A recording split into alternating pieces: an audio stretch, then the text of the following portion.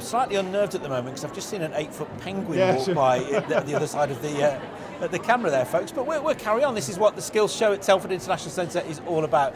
I'm joined here by two of the esteemed members of staff from Aico in Oswestry, one of the headline sponsors of the awards. Now, I mean, you guys, apprenticeships are really important to you, aren't they? And they play a big role in the business. Just explain a bit about it.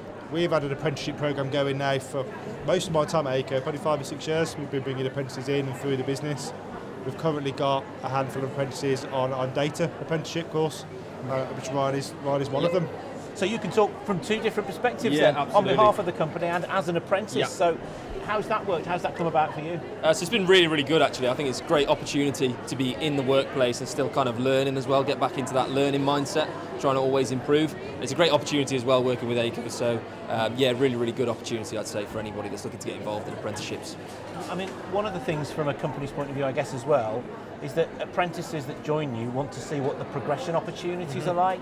But you've got apprentices who've grown through the business, haven't you? Yeah, and Ryan's an example of that, and there are many other examples of that through the business. People who have come in as apprentices and worked their way through. Our finance director is actually a great example of that. A long time ago now, before Ryan was born, I think. You weren't thanking for that. Oh no, that's why I added it in. He joined as an apprentice and worked his way through that business up to director level. And that's the ethos of our business, that you can come in at an apprentice and, you know what, it can be anything you want to be.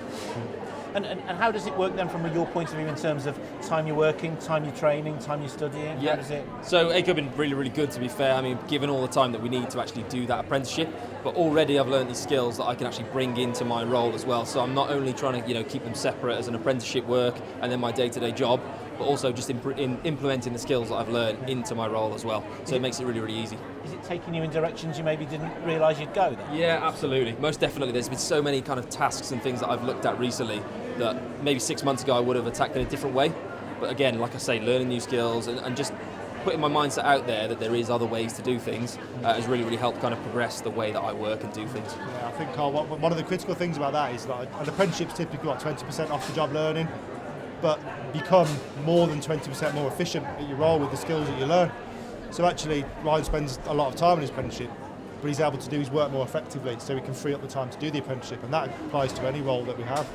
And I guess one of the other things, following that theme, with an apprentice, you're able to mould that person into the particular role that your company wants, not just take somebody bespoke off the shelf. It's been really useful. We called it growing our own. I don't particularly like the saying, but there's a skill shortage in Shropshire. There's no way around that. There's a serious skill shortage. So we took a decision many years back that we've got to grow our own skills. We're in quite a bespoke market. Fire safety is quite a bespoke market, so we can't get fire safety professionals and bring them in, but we have the knowledge in-house. So bring people in, give them some of the core skills they need for an apprenticeship, as well as the soft skills as well. We also develop soft skills in people. And then they can work through the business and make our business grow. And as the reigning Shropshire Company of the Year, obviously a lot of people will know about you.